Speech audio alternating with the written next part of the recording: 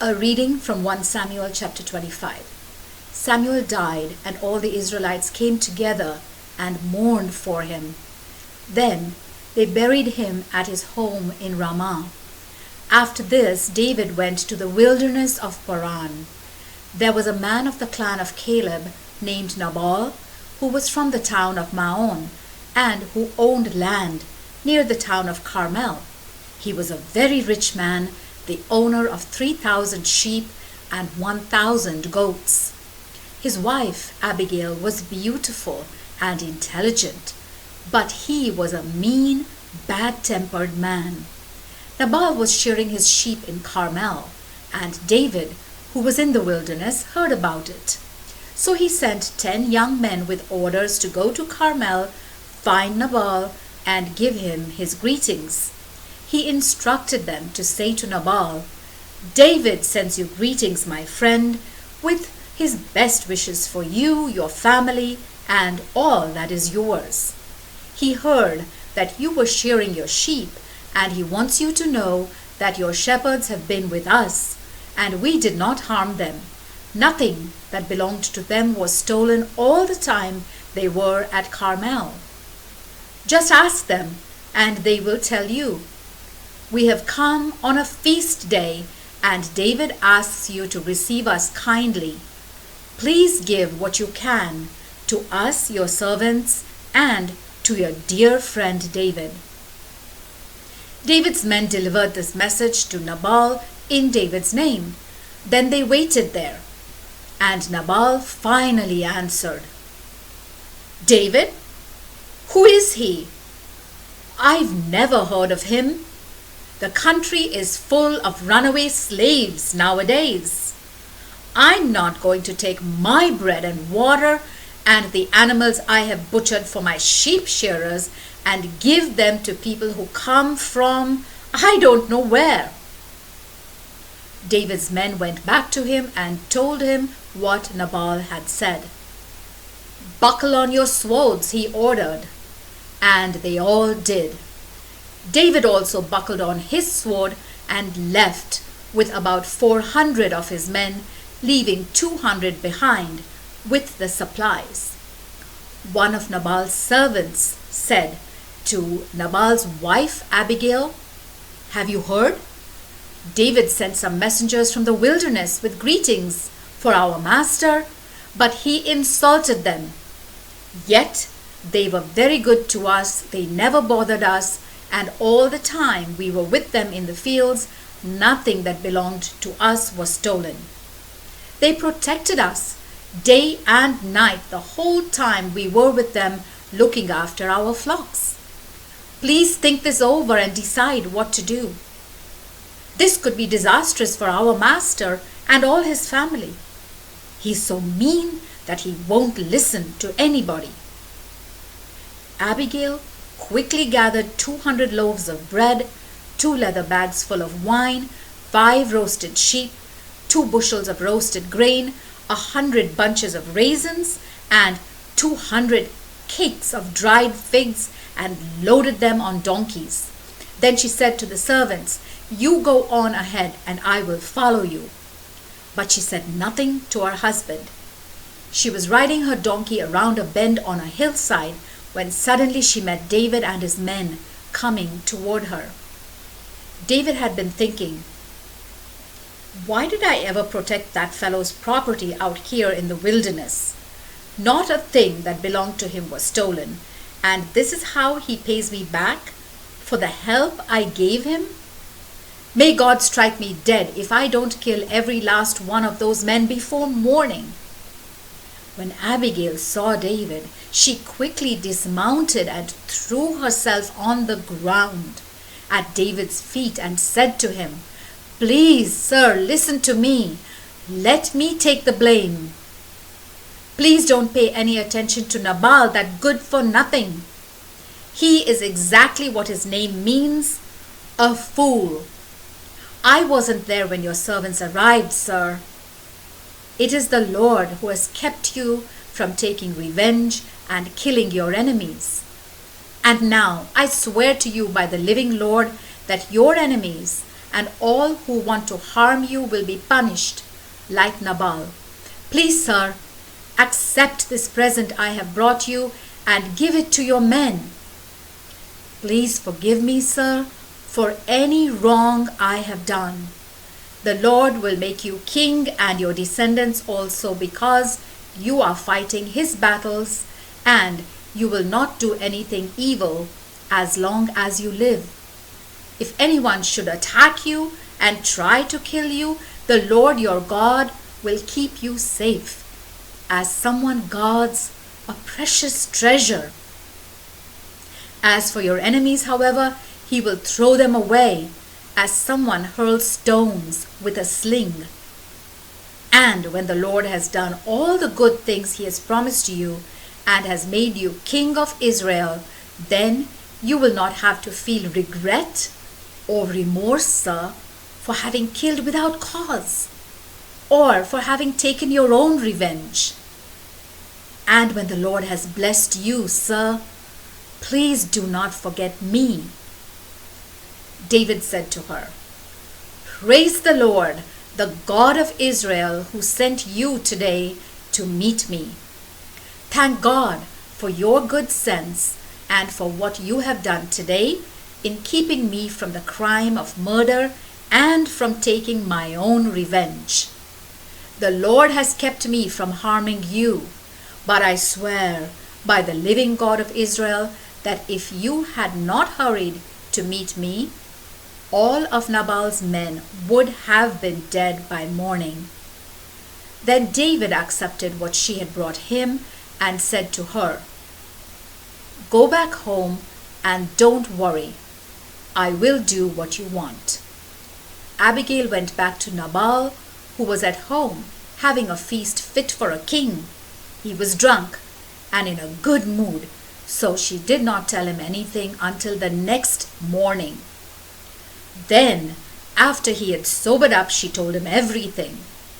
He suffered a stroke and was completely paralyzed. Some 10 days later, the Lord struck Nabal and he died. When David heard that Nabal had died, he said, Praise the Lord! He has taken revenge on Nabal for insulting me and has kept me, his servant, from doing wrong. The Lord has punished Nabal for his evil. Then David sent a proposal of marriage to Abigail.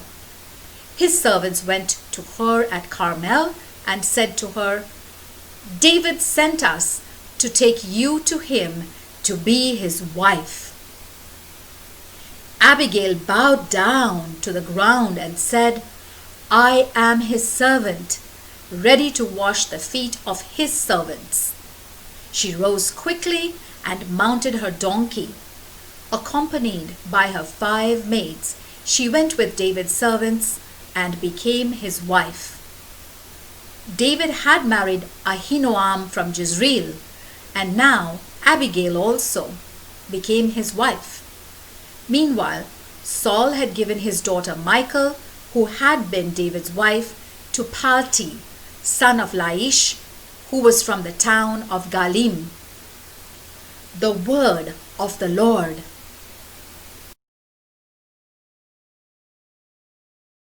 A reading from 1 Samuel chapter 26. Some men from Ziph came to Saul at Gibeah and told him that David was hiding on Mount Hakilah at the edge of the Judean wilderness. Saul went at once with 3,000 of the best soldiers in Israel to the wilderness of Ziph to look for David, and camped by the road on Mount Hakilah. David was still in the wilderness, and when he learned that Saul had come to look for him, he sent spies and found out that Saul was indeed there. He went at once and located the exact place where Saul and Abner, son of Ner, commander of Saul's army, slept. Saul slept inside the camp, and his men camped around him. Then David asked Ahimelech the Hittite and Abishai, the brother of Joab, their mother was Zeruiah, "Which of you will go to Saul's camp with me?" "I will," Abishai answered. So that night David and Abishai entered Saul's camp and found Saul sleeping in the center of the camp with his spear stuck in the ground near his head. Abner and the troops were sleeping around him. Abishai said to David, "God has put your enemy in your power tonight. Now let me plunge his own spear through him and pin him to the ground with just one blow. I won't have to strike twice." But David said, "You must not harm him. The Lord will certainly punish whoever harms his chosen king." "By the living Lord," David continued, "I know that the Lord himself will kill Saul either when his time comes to die a natural death or when he dies in battle. The Lord forbid that I should try to harm the one whom the Lord has made king. Let's take his spear and his water jar and go." So David took the spear and the water jar from right beside Saul's head, and he and Abishai left. No one saw it or knew what had happened or even woke up. They were all sound asleep because the Lord had sent a heavy sleep on them all. Then David crossed over to the other side of the valley to the top of the hill, a safe distance away, and shouted to Saul's troops and to Abner, "Abner, can you hear me?" "Who is that shouting and waking up the king?" Abner asked. David answered, "Abner, aren't you the greatest man in Israel? So why aren't you protecting your master, the king? Just now, someone entered the camp to kill your master. You failed in your duty, Abner. I swear by the living Lord that all of you deserve to die because you have not protected your master, whom the Lord made king. Look, where is the king's spear? Where is the water jar that was right by his head?" Saul recognized David's voice and asked, "David, is that you, my son?" "Yes, your majesty," David answered. And he added, "Why, sir, are you still pursuing me, your servant? What have I done? What crime have I committed?" "Your majesty, listen to what I have to say. If it is the Lord who has turned you against me, an offering to him will make him change his mind. But if some people have done it, may the Lord's curse fall on them. For they have driven me out from the Lord's land to a country where I can only worship foreign gods. Don't let me be killed on foreign soil away from the Lord. Why should the king of Israel come to kill a flea like me? Why should he hunt me down like a wild bird?" Saul answered, "I have done wrong. Come back, David, my son. I will never harm you again because you have spared my life tonight. I have been a fool. I have done a terrible thing." David replied, "Here is your spear, your majesty. Let one of your men come over and get it. The Lord rewards those who are faithful and righteous. Today he put you in my power, but I did not harm you, whom the Lord made king. Just as I have spared your life today, may the Lord do the same to me and free me from all troubles." Saul said to David, "God bless you, my son. You will succeed in everything you do." So David went on his way, and Saul returned home. The word of the Lord.